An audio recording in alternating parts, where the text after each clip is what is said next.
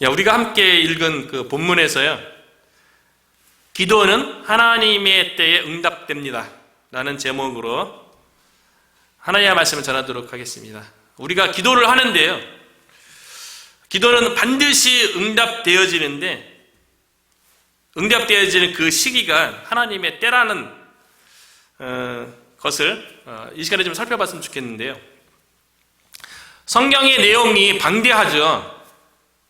구약 성경은 39권으로 이루어져 있고요, 신약 성경은 27권으로 이루어져 있어서 성경 전체는 39, 27, 구약 39권, 신약 27권 이렇게 66권으로 이루어져 있어요.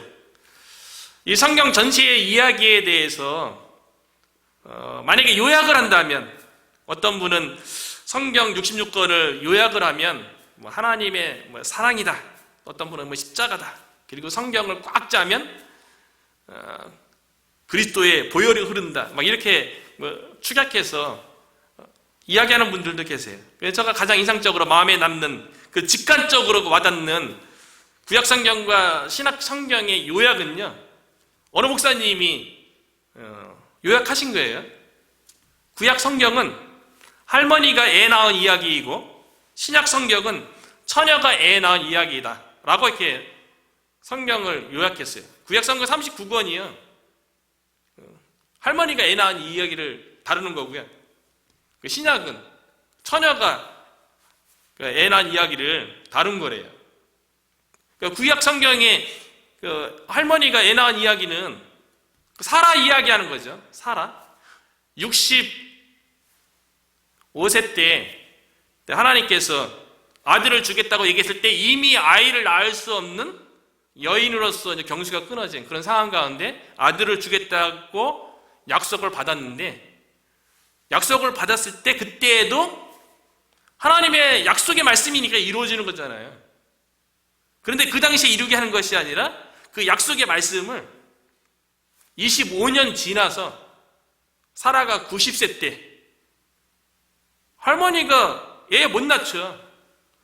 그런데 사라가 아들 이삭을 낳은 이야기가 구약의 요약이고요, 신약은 더 말도 안 되죠. 결혼을 하지 아니한 처녀가 처녀의 몸으로 아이를 낳는 예수님, 그분이 예수님이잖아요. 예수님 이야기죠. 근데 신학적으로 보더라도 어느 목사님이 이제 참 요약을 잘 하신 것 같아요. 사라가 할머니의 몸으로, 아이를 낳을 수 없는 몸으로 아들을 낳은 것도, 그리고 처녀의 몸으로 아이를 낳는 것도 둘 다 불가능한 일이죠. 자연 법칙으로 있을 수 없는 이야기죠. 아이를 낳을 수 없는 할머니가 아이를 낳는 거나 처녀가 아이를 낳는 거나, 이거는 비과학적인 게 아니고요, 초과학적인 거예요. 하나님의 능력으로, 하나님은 자연 만물을, 자연 법칙을 만드신 분이기 때문에 하나님은 그 자연 법칙을 초월하신 분이에요. 성경에 있는 이야기가 비과학적인 이야기를 단순히 우리에게 믿음을 요구하는 그 이야기를 쓴 게 아니고요, 하나님은 자연 법칙을 만드신 분으로서 그 자연 법칙을 초월해서 아이를 낳을 수 없는 할머니가, 사라가 이삭을 낳고요, 그리고 마리아는 처녀의 몸으로 남자와 함께하지 않고 아들을, 예수님을 낳는 그런 이야기죠. 신학적으로도 아주 내용이 너무 좋은 것 같아요. 할머니 사라가 이삭을 낳은 것도, 이삭을 낳을 적에 어떻게 낳을 거다, 이름도 다 알려주고요, 이 아이에 대해서 하나님께서 다 알려주죠. 나중에 이삭이 모리아 산에 가서 제물로 드려지고, 또 아브라함이 죽이려고 했을 적에 하나님께서 막으시고 다시 살려주시고, 그 모리아산 그 번제단에서 드렸던 그 이삭의 모습이, 그리고 모리아산을 그 땔감을 등에 짊어지고 올라갔던 그 이삭의 모습이 나중에 처녀의 몸으로 태어난 그 예수님의 생애하고 같잖아요. 그래서 이삭은 장차 오실 메시아에 대한 표상, 그림자가 되고요. 그러니까 구약의 사람들은 할머니가 아이를 낳은, 그러니까 장차 오실 메시아에 대한 믿음으로 살아가는 백성들이고요. 신약은 처녀가 낳은 아들, 이미 오신 메시아인 예수님을 믿는 믿음으로 살아가는 게 이제 신약 백성의 이야기죠. 하나님의 구원은 인간의 지혜와 능력을 뛰어넘어서 하나님의 방법에 의해서 하나님의 구원이 이루어진다는 것을 이미 할머니가 아이 낳는 이야기를 통해서, 또 신약에는 처녀가 아이를 낳는 이야기를 통해서 이야기해 주는 거죠. 그러니까 구원은 인간적인 방법으로 인간에 의해서 이루어질 수 없다는 거예요. 구원은 오직 하나님에 의해서만, 하나님의 지혜와 능력에 의해서만 우리에게 주어진다는 것을 이미 구약과 신약에서 우리에게 이야기해 주고 있다는 거예요. 우리가 읽은 오늘 본문에도요, 할머니 사라가 아이 낳은 이야기가 거의 비슷하죠. 할머니 엘리사벳이 아이를 낳을 수 없는 그런 나이였는데 하나님의 능력으로 거의 사라가 아이 낳는 그 과정하고 거의 비슷해요. 아이를 낳을 수 없는 여인의 몸에 하나님께서 아이를 낳을 거라고 이야기해주고, 또 아들을 낳으면 그 이름을 요한이라고 하라, 이름까지 다 지어주죠, 하나님께서. 그러니까 오늘 이 시간에는 할머니 엘리사벳이 이제 애 낳은 이야기, 세례 요한의 탄생 예고에 대한 이야기를 좀 다루려고 하고요. 기도의 관점에서 다루려고 하고요. 그리고 돌아오는 금요 기도회 때는 실질적으로 처녀가 아이를 낳는, 마리아가 아기를 낳는 이야기에 대해서 이야기를 하려고 합니다. 7절에 보면 엘리사벳이 잉태를 못함으로 그들에게 자식이 없고 두 사람의 나이가 많더라. 사가랴도 그렇고 엘리사벳도 그렇고 노년에 이르기까지 자식이 없대요. 나이가 많대요. 아마 엘리사벳은 사라와 같이 아이를 낳을 수 없는 경수가 끊어진 여인의 몸으로서 도저히 아이를 임신할 수 없는 조건 가운데 있었던 거예요. 한나도 마찬가지고, 성경에 보면 아이를 못 낳는 어머니들이 자주 등장하죠. 그 가운데서 이제 하나님께서 개입하셔서 자녀를 낳게 하시고, 그래서 그 자녀를 통해서 하나님께서 구원의 놀라운 역사를 이루어가는데, 오늘 본문에 있는 그 엘리사벳도 노년까지 아이를 못 낳았다는 것은 그 시대의 문화적인 배경 속에서는요, 참으로 수치스러운 일이죠. 특별히 유대인들에게 있어서 자녀는 하나님께서 허락하신 축복이고 하나님이 주신 기업이라고 얘기했거든요. 그런데 엘리사벳에게 자녀가 없는 거예요. 그러면 주변 유대인들이 사가랴와 엘리사벳을 볼 적에 어떻게 보겠어요? 그것도 1년도 아니고 노년에 이르기까지 자식이 없는 그 부부를 보면서 저 부부에게 하나님의 축복과 하나님의 기업이 주어지지 않았구나, 되게 수치스럽게 보겠죠. 그 당사자는 또 얼마나 힘들겠어요. 그리고 그 예수님 당시 그 유대의 랍비 문헌에 의하면 아내가 아이를 낳지 못하면 합법적으로 이혼 사유가 됐다 그래요. 그럼에도 불구하고 사가랴는 자신의 아내가 아이를 낳지 못함에도 불구하고 노년에 이르기까지, 그리고 제사장 직분을 감당하는 사람이에요. 성전에서 하나님의 섬기는 일을 하고 있어요. 그러면 여러 가지 이유로 아내의 도움도 받아야 되고, 또 아내와 더불어 자식을 낳아야지 하나님을 섬기는 자로서 좋은 모습을 보여서 하나님을 잘 섬기면, 하나님을 잘 믿으면 이런 축복을 받는다고, 또 제사장으로서 좀 모범 좀 되고 싶은데 마치 하나님의 저주받은 것처럼 수치스러운 자식이 없는 그런 모습이 있는 것이 사가랴하고 엘리사벳의 마음속에는 어쩌면 자괴감이 들었을지도 모르죠. 왜 우리는 하나님을 믿노라 하고 하나님을 잘 섬기노라고 하는데 왜 자식이 없을까? 그런 생각이 들지 않았겠어요? 그럼에도 불구하고 사가랴가 참 훌륭했던 것 같아요. 아내가 자식을 낳지 못하는 그런 여인이었음에도 불구하고 노년에 이르기까지 그 아내와 더불어 하나님을 섬기는 모습이, 그러니까 참 사가랴도 대단하고 엘리사벳도 대단하다는 게요, 삼관대 자녀가 없고 주변에 시선이 좋지 않으면 그런 상황과 여건 때문에 우리의 믿음이 흔들릴 때가 있잖아요. 주변 사람들이 사가랴와 엘리사벳에 대해서 왜 제사장 집안에 왜 자녀가 없냐라고 판단하고 정죄하는 사람도 충분히 있을 수 있죠. 그럼에도 불구하고 사가랴하고 엘리사벳은 자신에게 아이를 갖지 못하는 그런 상황과 여건이었음에도 불구하고 그들이 하나님 앞에서 믿음으로 신실하게 살았다는 게 우리에게는 대단한 도전인 것 같아요. 우리는 상황 때문에 하나님을 잘 섬기는 게 아니잖아요. 우리에게 뭔가 하나님이 복을 주시니까 우리가 하나님을 잘 섬기는 게 아니잖아요. 하나님께서 예수 그리스도를 통해서 우리를 하나님의 자녀 삼아주시고 우리에게 영적인 생명, 영생을 허락한 것 때문에 우리에게 주어진 상황과 여건과 이런 거 상관없이 하나님을 섬기는 거잖아요.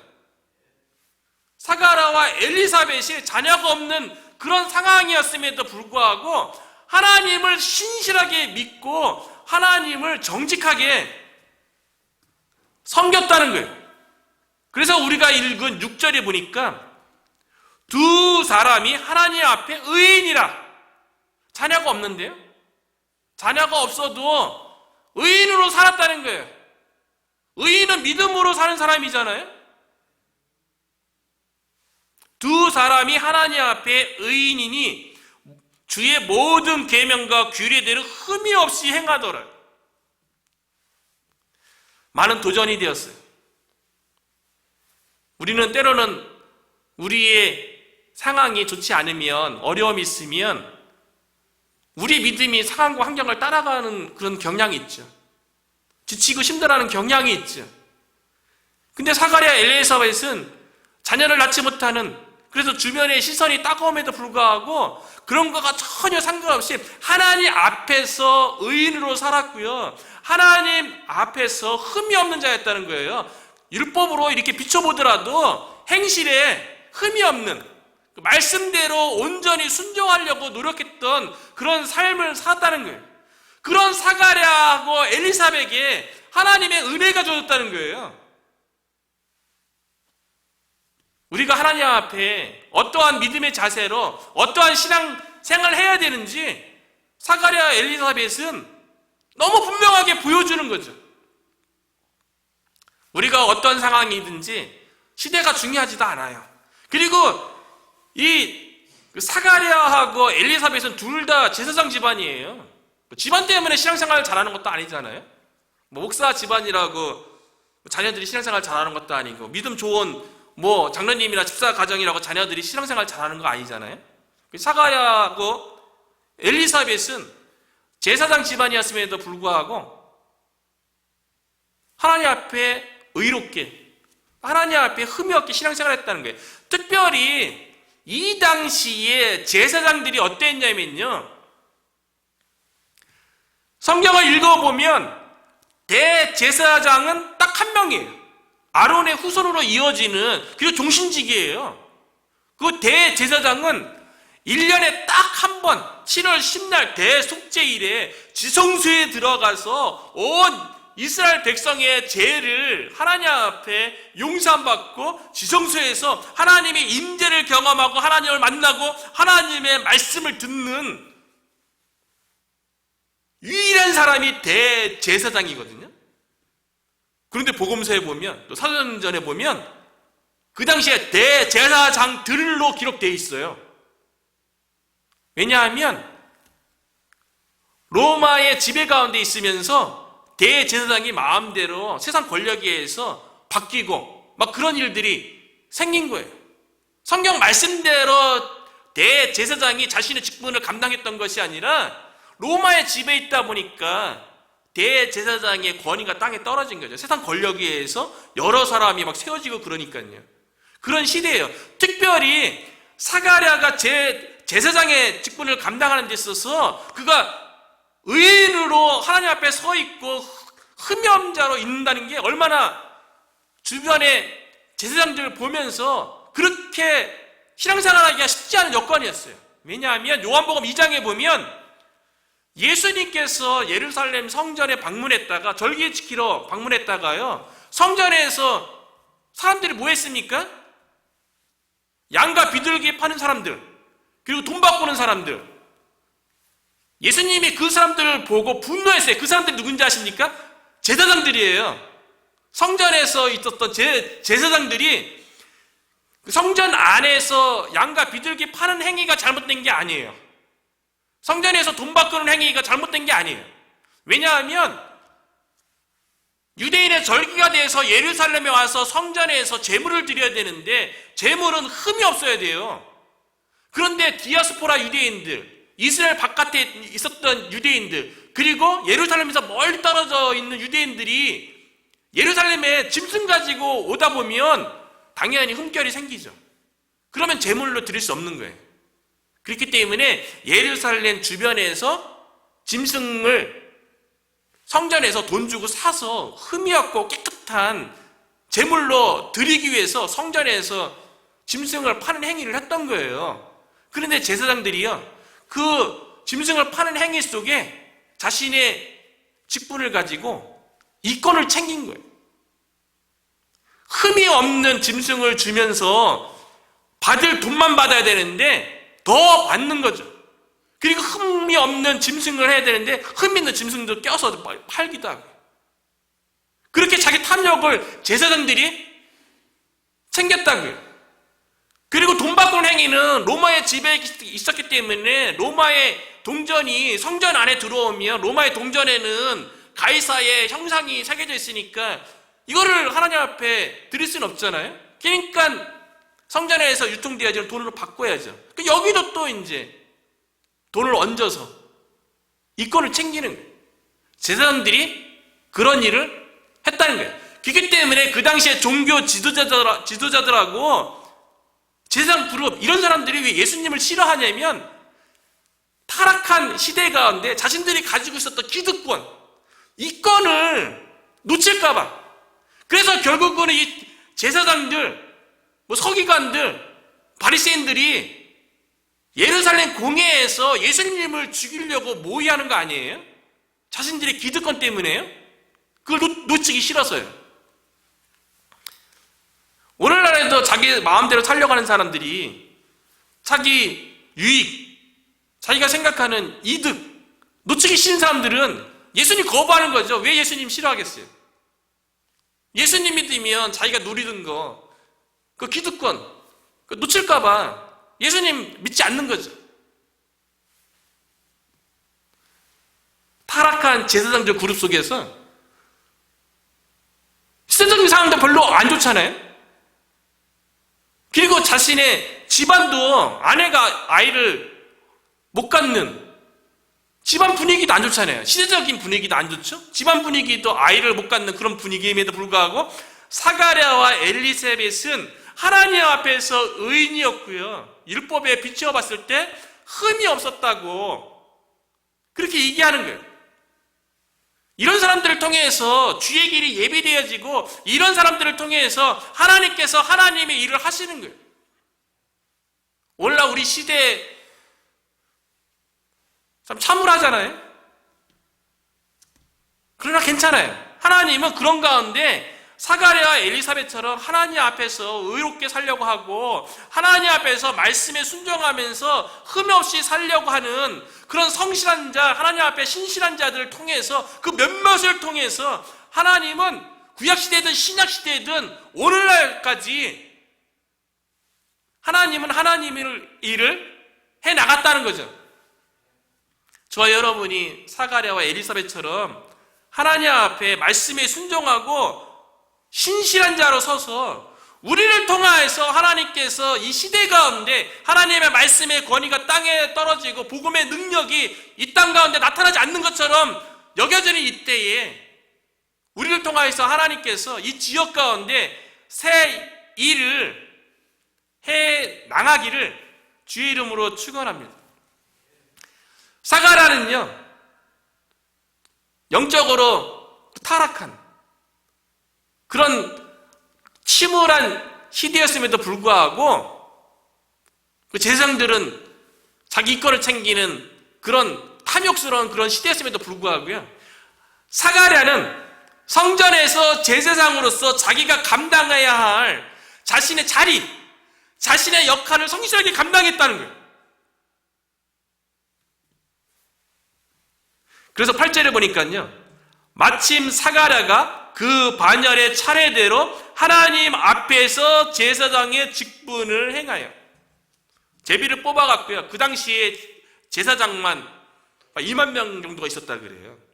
그러니까 사가랴가 제사장으로서 자기 차례 돌아오는 게 쉬운 일은 아니죠. 그런데 제비가 뽑혀서 제사장의 직분을 감당할 때에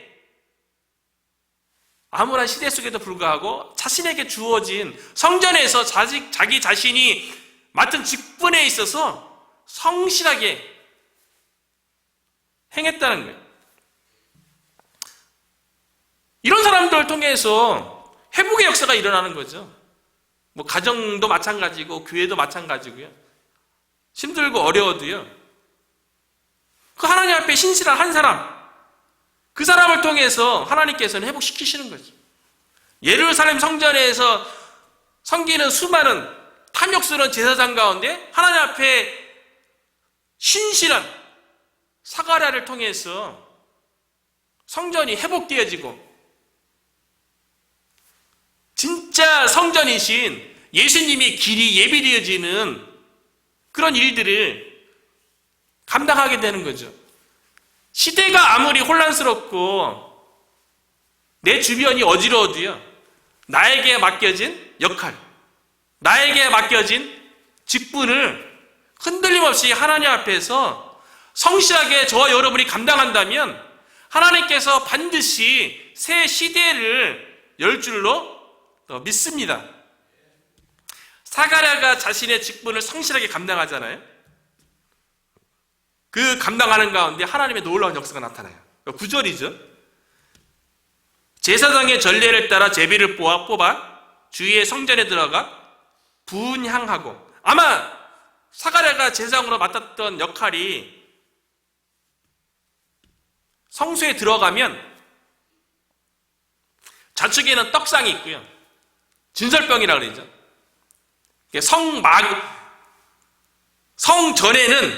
성전에 딱 들어가면 성전 뜰에는 제물을 드리는 번제단이 있고요. 그거를 지나면 물두멍이 있어요. 몸을 깨끗하게 씻는 물을 담겨진 물두멍이 있고요. 그곳을 지나면 성전 안에는요, 성전이 둘로 나눠지잖아요. 앞에는 성소고 뒤에는 지성소고, 성소에는 좌측에는 떡을 진설해 놓는 진설대가 있었고요, 우측에는 빛을 발하는 촛대가 있었고요, 그 앞에는 분향단이 있었던 거예요. 조각목으로 만들어진 분향단이 있어요. 향을 피우는 분향단이 있었어요. 그리고 그 분향단 뒤로 휘장이 있어갖고 그거를 넘어가면 지성소, 하나님이 1년에 한 번 임재하는 지성소가 있는 거죠. 그런데 사가랴 제사장이 감당했던 일은 분향단에 향을 피우는 일을 했다는 거예요. 그리고 제사장이 성소에 들어가서 분향단에 향을 피우는 일을 하면 이스라엘 백성들은요, 성전 바깥에서 기도를 하는 거예요. 10절에 보면 모든 백성은 그 분향하는 시간에 밖에서 기도하더니, 그러니까 제사장이 성소에 들어가서 분향단에 향을 피우는 행위하고요, 백성들이 바깥에서 기도하는 것하고요 같은 행위예요. 제사장이 분향단에서 향을 피우는 행위는요, 하나님 앞에 기도하는 행위예요. 그래서 제사장이 드리는 그 기도가 향과 더불어 하나님 앞에 올려져서 하나님께서 그 향을 흠양하시고 응답하는 거예요. 그 백성들은 이제 성전 바깥에서 기도하는 거죠. 분향자리에 드려지는 이 향은 기도예요. 사가랴가 제사장으로서 이건 공적인 신분이죠. 아마 향을 피우면서 이스라엘 백성의 구원과 이스라엘 백성의 평화를 위해서 기도했겠죠. 아무래도 로마의 지배하에 있으니까 이스라엘의 구원, 이스라엘의 평화를 위해서 많이 간구했을 거예요. 그리고 구약부터 기다렸던 메시아가 오기를 바라는 그런 마음으로 공적인 기도도 드렸겠죠. 그런데 나중에 하나님께서 천사 가브리엘을 보내서 사가랴의 기도가 응답됐다는 걸 보면 사가랴가 개인적인 자녀를 위한 기도도 했던 것 같아요. 분향단에 피어진 이 향은요, 기도인데요. 그래서 다윗의 시인 시편 141편 2절에 보면 다윗의 기도를 이렇게 표현해요. 나의 기도가 주의 앞에 분향함과 같이 되며 나의 손드는 것이 저녁 제사같이 되게 하소서.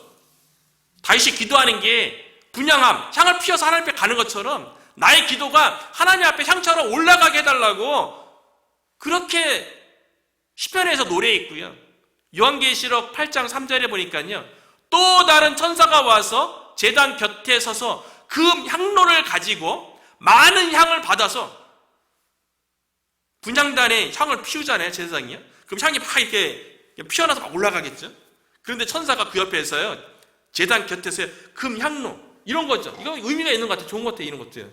금 향로를 가지고 많은 향을 받았으니 이는 모든 성도들의 기도와 합하여 보좌 앞 금 제단에 드리고자 함이니라.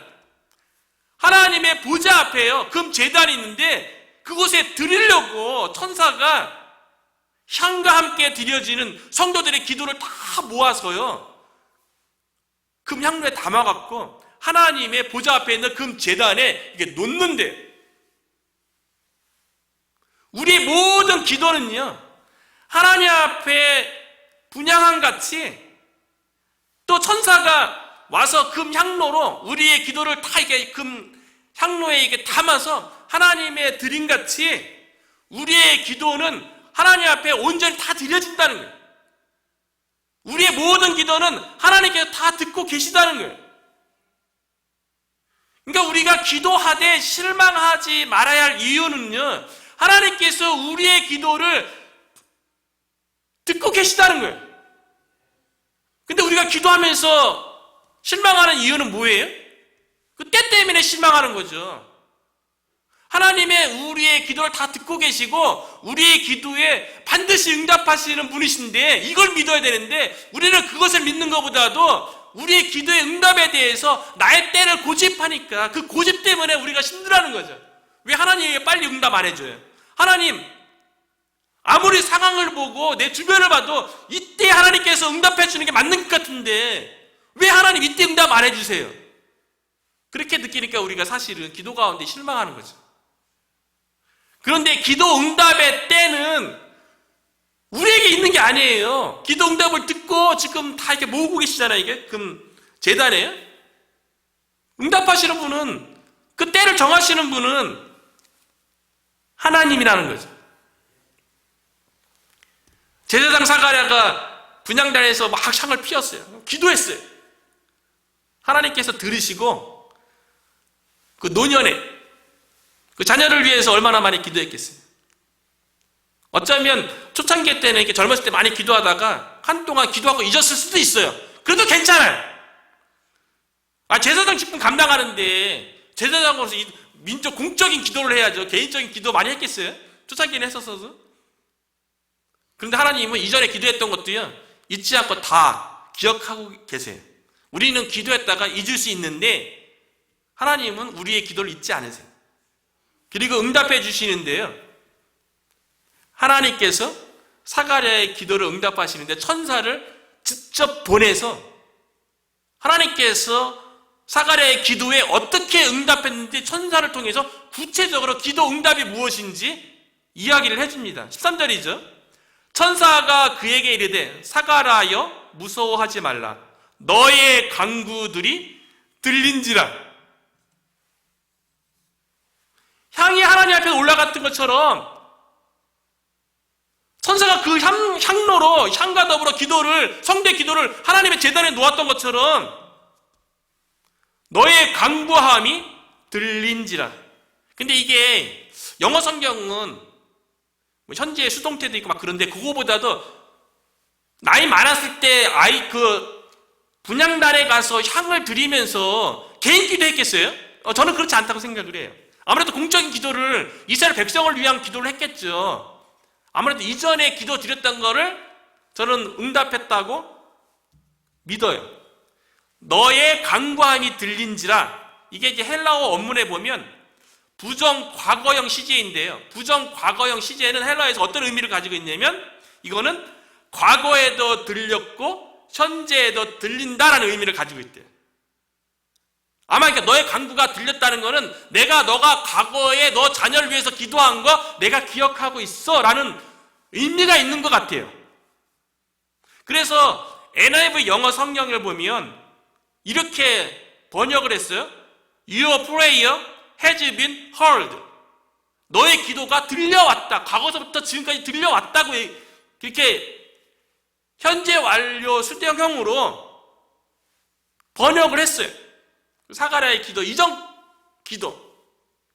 모르죠. 어떻게 기도했는지. 공적인 기도도 하면서 개인적인 기도도 살짝 넣은지도 모르죠. 확실한 거는 너의 간구가 하나님께 들렸다는 거예요.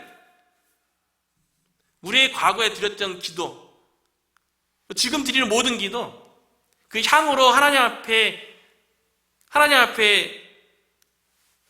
들려져서 하나님께서 다 우리의 모든 기도가 쌓이고 있는 줄로 믿습니다.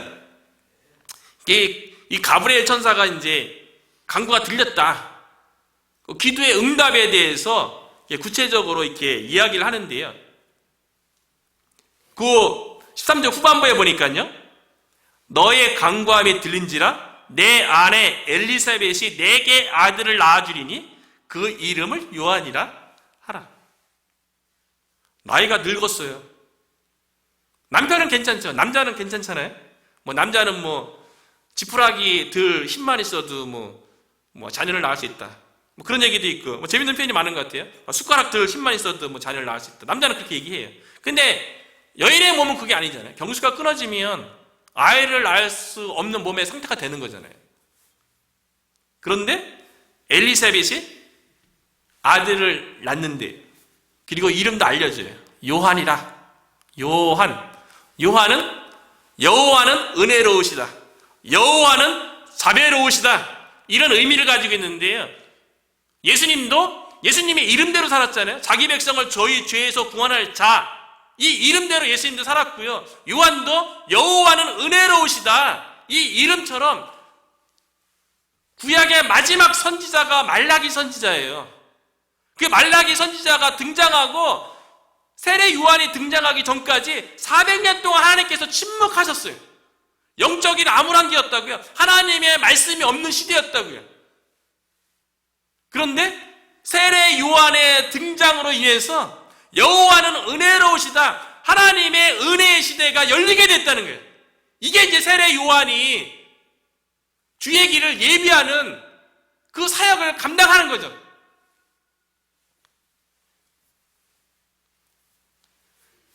하나님께서 요한이란 이름을 주시면서요. 이 요한에 의해서 하나님의 은혜의 시대가 이제 열릴 것이다. 하나님이 이제 침묵하는 것이 아니라 하나님의 백성 가운데 은혜를 베푸는 그런 시대가 열릴 것이다 라고 이름을 통해서 약속하면서요. 구체적으로 이 아들이 어떤 일을 할 건지에 대해서 이야기하는데요. 이게 15절, 16절이에요. 그래서 저는 이 구절 이렇게 읽고 묵상하면서 기도응답의 놀라운 비밀을 발견했어요. 15절, 16절에 보니까요. 이는 그가 주 앞에서 큰 자가 되며 포도주나 독한 술을 마시지 아니하며 모태로부터 성령의 충만함을 받아. 사가랴하고 엘리사벳이 아들 달라고 기도했겠죠. 그런데 오늘 본문에는 아들 달라고 어떻게 기도했는지 몰라요. 한나 같은 경우는 자식이 없을 적에 아들을 주시면 내가 아들을 하나님 앞에 바치겠습니다. 나시는 선이라고 했죠. 근데 사가랴하고 엘리사벳은 오늘 본문에 보면 자녀를 달라고 어떻게 기도했는지 내용은 모르겠어요. 그런데 기도를 했겠죠. 그러니까 간구함이 들렸죠. 사가랴하고 엘리사벳이 아들을 달라고 기도했을 거예요. 근데 사가랴하고 엘리사벳이 제사장 집안이었기 때문에 둘 다 아마 이 정도 생각하지 않았을까요? 그래도 영적으로 깨어있고 의인이었고 흠이 없는 자들이었기 때문에 하나님, 우리가 아들을 낳으면요, 우리 아들도 제사장이 타락한 이런 시대에 제사장으로서 하나님 앞에 성실하게 충실하게 하나님을 섬기고 이스라엘 백성들을 위로하는 그런 제사장이 되도록 우리 아들이 그렇게 쓰임받도록 그렇게 양육하고 그렇게 키울게요. 이 정도로 아마 기도했겠죠. 주시면 이 정도로 아들을 키우겠다고 기도했겠죠. 그런데 하나님의 기도 응답이 놀라운 것이요, 아들을 주시겠다고 했는데 그 아들이 어떤 아들이냐면 주 앞에서 큰 자래요. 그리고 포도주나 독분수를 마시지 아니하며, 이거는 나실인이 될 거라는 거잖아요. 하나님 앞에 바쳐진 자, 하나님 앞에 헌신된 자로 하나님 앞에 온전히 쓰임받는 자래요. 그리고 모태로부터 성령 충만함을 받는 아이래요. 누가 모태부터 성령 충만합니까? 하나님이 쓰시는 특별한 세례 요한만 모태에서부터 성령 충만하게 태어난 거예요. 그래서 16절에 보니까 이스라엘 자손을 주 곧 그들이 하나님께로 많이 돌아오게 하겠다. 주 앞에서 큰 자고 날씬으로 드려지고 태어난 모태에서부터 성령 충만한 이 요한이 수많은 백성들, 영적으로 타락한 그 시대 가운데 하나님의 백성, 이스라엘 백성들이 하나님께로 수많이 돌아올 수 있도록 그렇게 쓰임받을 것이더라고 천사가 얘기해 주는 거예요. 그래, 좀 전에 얘기했던 것처럼 이 구절을 묵상하고 하는 가운데 제가 깨닫는 게 뭐냐면요, 사가랴가 이렇게 기도하지 않았는데, 엘리사벳이 이 정도로 기도하지 않았는데, 그 시대 가운데 어떻게 자신의 사가랴하고 엘리사벳의 난 아들이 주 앞에 큰 자가 되고 날씬을 들여져갖고 모태에서부터 성령 충만해갖고 수많은 하나님의 백성으로 돌이킬 수 있는데 쓰임받을 거라고 그 부모가 어떻게 생각했겠어요? 그런데 그들의 기도가 하나님 앞에 상달되어서 하나님께서 응답했는데 사가랴와 엘리사벳이 기도한 것보다 더 크게 응답했다는 거예요. 이것을 말씀 가운데 우리가 깨닫고 믿었으면 좋겠어요.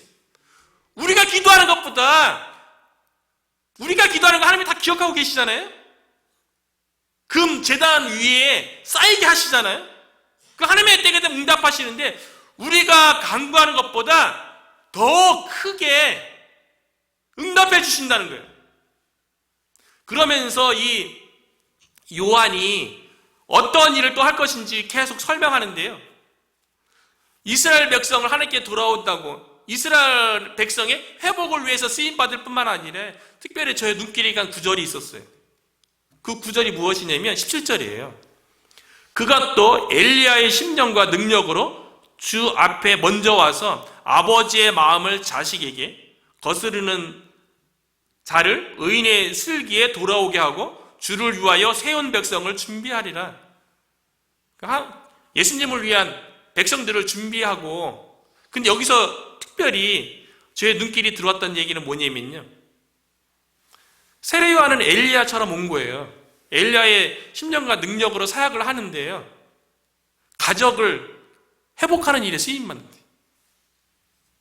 특별히 27절의 말씀은요, 말라기서 마지막 장 마지막 절 말씀을 이야기하는 거예요.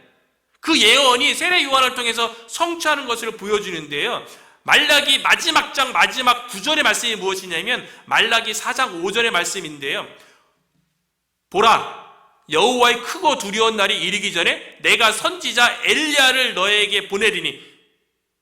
선지자 엘리야는 누구냐면 세례 요한을 얘기하는 거예요.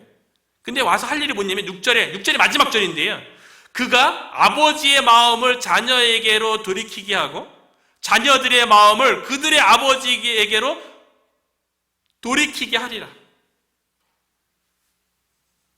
그 당시에요, 이스라엘 민족이 계속 헬라의 지배를 받고 그 다음에 로마의 지배를 받으면서 부모와 자식 간에 갈등과 반목이 되게 심했던 것 같아요. 우리나라로 치자면 일치세 때 부모하고 자녀 세대 가운데 일제를 어떻게 볼 것인가, 이런 갈등이 있었겠죠. 어쩌면 부모 세대는 우리가 로마에 순종해야 된다, 이렇게 얘기한 반면에 자녀 세대는 아니다, 로마에 대적해서 우리가 독립해야 된다, 막 이러면서 부모와 자녀 간에 막 갈등과 그로 인해서 상처받고 마음이 찢기고 반복되고, 우리나라 일제시대 때도 그런 일들은 있었잖아요. 6.25 전쟁 때도 마찬가지죠. 공산당과 민주주의 이념 가지고 갈등하고, 이 갈등은 오늘날에도 정치적인 색깔이 갈려서 가족 가운데 서로 상처 주고 갈등하는 일이 있죠. 세례 요한이 하는 일 가운데요, 그런데 가족이 깨지고 서로 갈등하고 반목하고 가족이 깨진 그런 상황 가운데 아버지의 마음을 돌이켜서 자녀에게로 가게 하고 자녀의 마음은 돌이켜서 아버지께로 오게 한대요. 가족을 회복시켜 주신대요.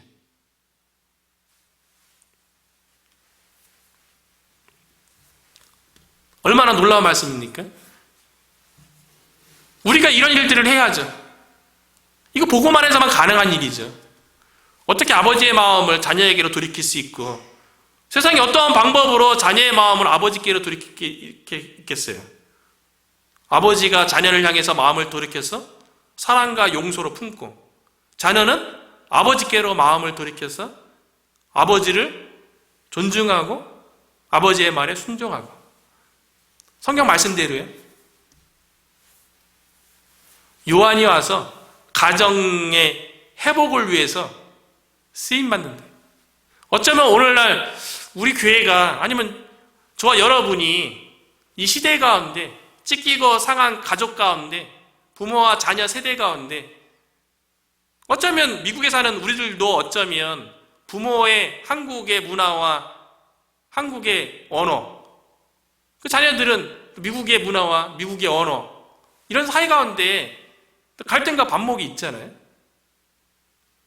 그런데 복음 안에서만 아버지가 자녀에게로, 자녀는 아버지에게로 마음을 돌이킬 수 있는 일은 오직 복음 안에서만 가능하다는 거예요. 세례 요한이 그런 일을 감당할 거래요.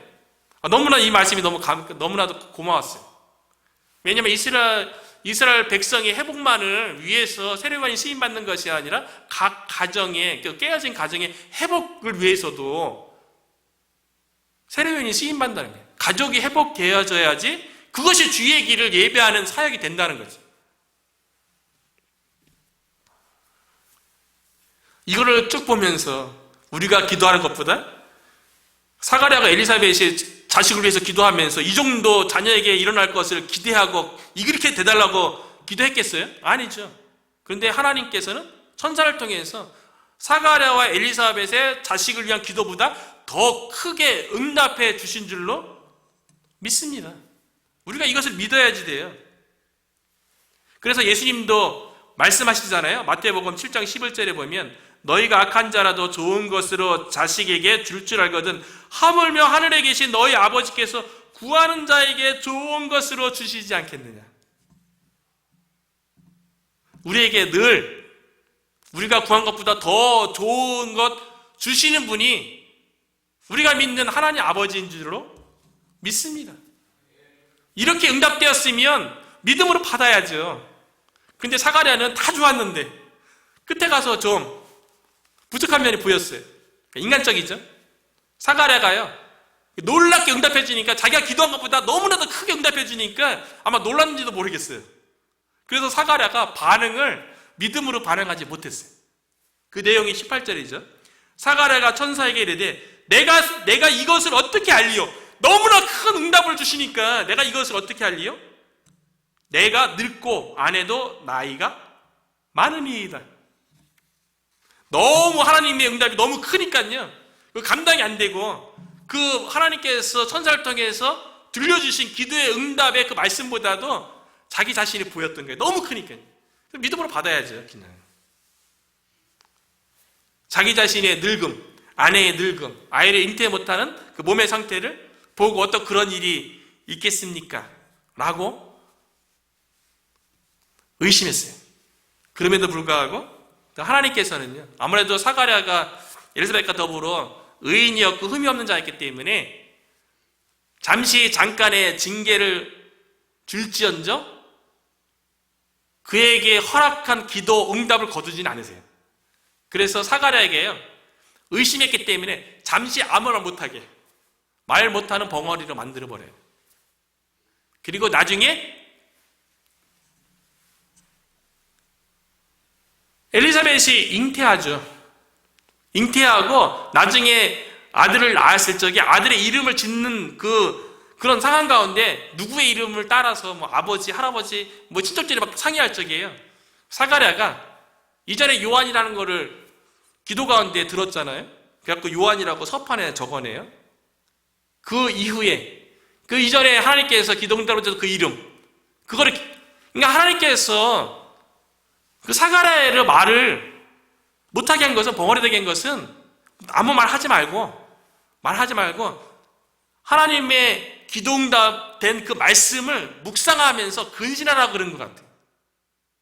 그래서 나중에 아들이 태어나서 요한이라고 이름을 서판에 적어낸 이후에 입이 풀려서 비로소 사가랴가 말하게 되어서 그 아이를 위해서 예언하는 내용이 기록됐어요. 그러면서 20절에 보면 그 내용에 대해서 이렇게 기록했어요. 보라, 이 일이 되는 날까지 내가 말 못하는 자가 되어 능히 말을 못하리니 이는 내가 내 말을 믿지 아니함 이거니와. 믿지 않았어요. 잠시 잠깐의 근신의 기간을 주셨고요. 그리고 하나님께서 이렇게 말씀하세요. 천사를 통해서요. 내가 이르면, 때가 이르면 내 말이 이루어지리라. 때가 이르면. 하나님의 기도응답에 대한 말씀을 들었는데 하나님의 때가 이르면 이루어진다는 거예요.